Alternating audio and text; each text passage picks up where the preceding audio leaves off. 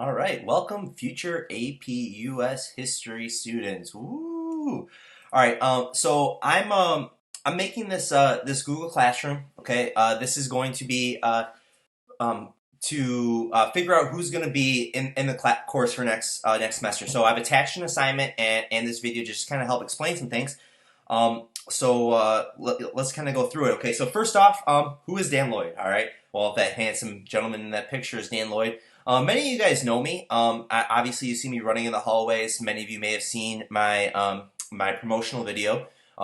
Sorry, this isn't going to be as entertaining or as well edited as that. I apologize for that, but I don't have my editor and my director, Tyler Frazier, so it is what it is.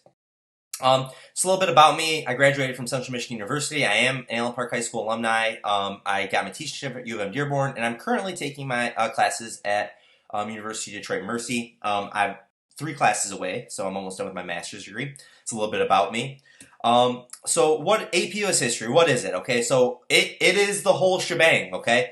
All right, so we go from this guy over here, which you may recognize as Christopher Columbus. Actually, we started in 1491, which is a hilarious nod to the fact that there was people here before Europeans got here. All right, it's really funny, kind of. Okay, so we start 1491, and we can go all the way up until this point right over here. Okay, this is 2017. The test is actually made 2 years in advance, so it is possible. It is possible that you could get a question about Donald Trump meeting Kim Jong-un. Okay. Now, COVID-19, that won't be on the test. Okay, in 2 years, though, it possibly could. All right, so it is the entire span of American history. Okay, so it's a lot of information. All right, it's a lot of information. All right, this is some stuff about advanced placement in general. We're actually going to cover this next year. Advanced placement was actually created during the Cold War, okay, to try to give American students an edge in fields like math and science. It has now kind of grown into a wider opportunity to give students access to college credit. Okay, so why is it that we're doing this, okay? Now, I'm going to tell you guys this right now, okay? We do have an honor point. I'm going to tell you right now, okay, because you're all freshmen. None of you have taken an advanced placement class yet. If you are doing this for the honor point, stop this video, okay? Go outside, sit underneath the tree, and think about your life choices for a second, because you shouldn't be here, all right? We should not be doing this for an honor point. The reason that we have an honor point is because my class is very, very difficult. I see some high achievers on that list of people that I was given, okay, by Mr. Kelly, and some of you may have never gotten a C on a test. Some of you may never gotten a B. I'm going to tell you guys, you will. You will get a C or a B in my class, okay? And that's not to say, like, long term, you could potentially get an A, but you're going to see a couple of lower test grades. And the reason that we give you that honor point is to compensate you for that, all right? So we know that my class is harder, okay? My class is by design harder than regular American history. You could very easily take regular American history, get an A, and it'll boost your GPA, okay? Now, we don't want you to be punished for taking a harder class, so we do this to compensate you to make sure that your GPA, kind of works out in the end. And if you are a really high flyer and you end up doing an A in my class, hey, you get a little extra bonus. You get a 5 point, all right? So that's how you can get over a 4 point ultimately in your GPA. Okay? All right, so the test itself, and this was a little bit different this year, okay? But it is an intense test, okay? It's like camping, intense. Haha, get it? All right, okay, so it's 55 questions, 3 short answer, a DBQ, and a long essay question. All total, you're going to be taking the test for like 3 hours and 45 minutes, okay? All right, but I'm here to train you for that, okay? So this is why my class is difficult, is because I'm preparing you to do a difficult thing, okay? And here's the reason, this could be a reason why you want to take my class, is that we could ultimately earn credit. Okay, so for example, this is a 5-point scale. If you get a 5 on the APUS history test, okay, that's extremely well. Okay, that can get you 4 or 5 credits. Okay, I'm sorry, they can give you 4 credits at University of Michigan, 8 credits at Michigan State University, and 8 credits at Central Michigan University. Okay, these are just 3 colleges that I picked at random. All right, a 5, 4, and 3 are all considered passing. And if you get a 3 on the APUS history test, you still get 8 credits at MSU, and you still get 3 credits at Central Michigan University, all right? So even if you aren't a history person, okay, which I understand, okay, I've had a lot of non-history people take my class. You take this course, it might be, if you do really well, it might be the last time you have to take an American history class, okay? So when you get to college, and you already have, let's say you go to Michigan State University, you already have 8 credits from my class, okay, you can start taking your math and science classes. You can start getting right into the classes that are more towards your major. Okay, so that's one of the reasons why to do it. If you are a history person, and it's something I covered in my promotional video, if you are a history person, then you can get into like more interesting history classes. Okay, so maybe you can get into like a history of Vietnam class, which is one of my favorite classes I took at Central. You can get into, I took a history of rock and roll class at Central Michigan University, which was again a really entertaining class. You can get right into the ones that you want to do the most. All right. Okay, so this is how I'm going to determine my class roster, okay? And I'm going to tell you guys this. Anybody that is willing to do the work, okay, and put forth the effort, I will take you in my class, okay? So I'm going to be looking at GPA, although I'm going to tell you this right now. Your GPA, you've only had one year, your freshman year, and honestly, this second semester kind of got messed up a little bit. So that's like, I'm taking your GPA with a grain of salt, all right?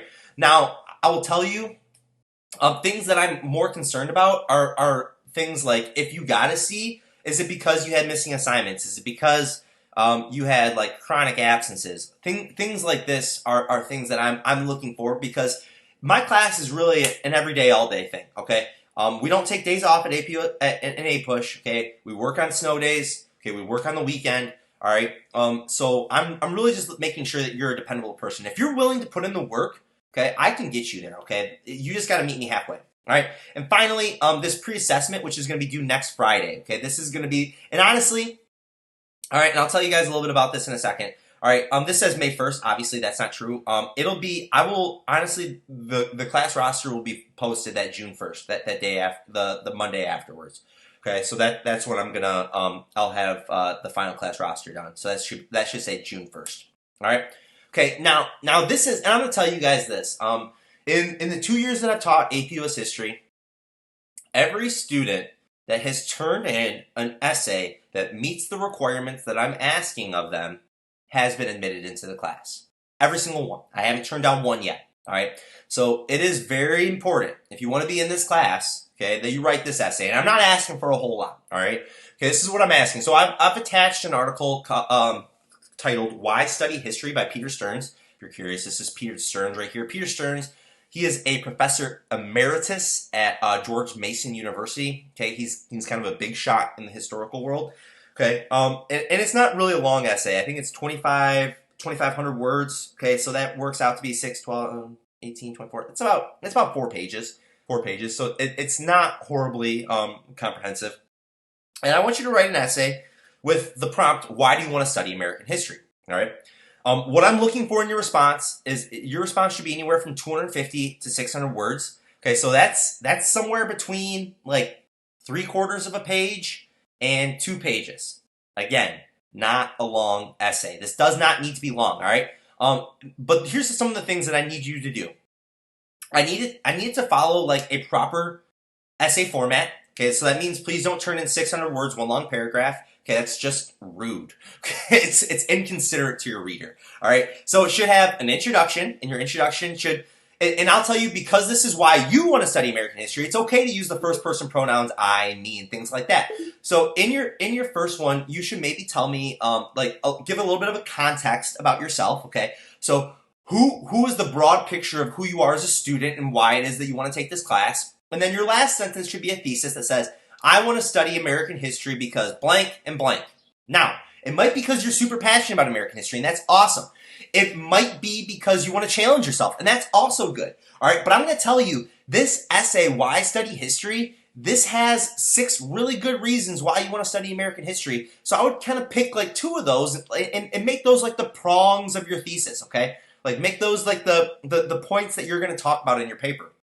All right, this body paragraph or graphs, okay? You could write a three paragraph essay, and that'll probably be right around 250 words, if not a little bit longer, okay? So you don't need to have multiple body paragraphs. You can just have one good reason why you want to study American history, a body paragraph that explains that and uses evidence from the essay, and then a conclusion that kind of wraps it all up, restates your thesis, and then kind of just, again, says why it is that this will be beneficial to you and your classmates to take this class, all right?